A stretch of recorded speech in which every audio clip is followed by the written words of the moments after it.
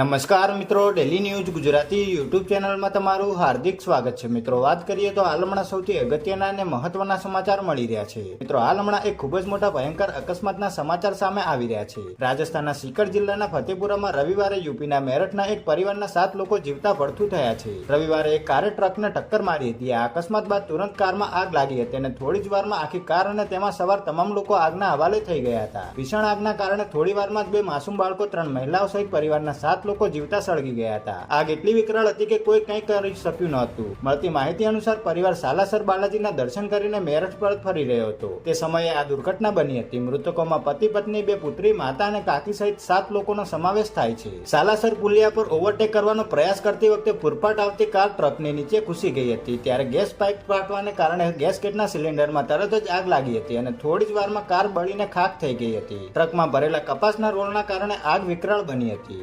રાહદારીઓએ પણ તેમને બચાવવાનો પ્રયાસ કર્યો હતો, પરંતુ ગેટ ખુલ્યો ન હતો અને થોડી ક્ષણોમાં આગે 7 લોકોના જીવ લીધા હતા।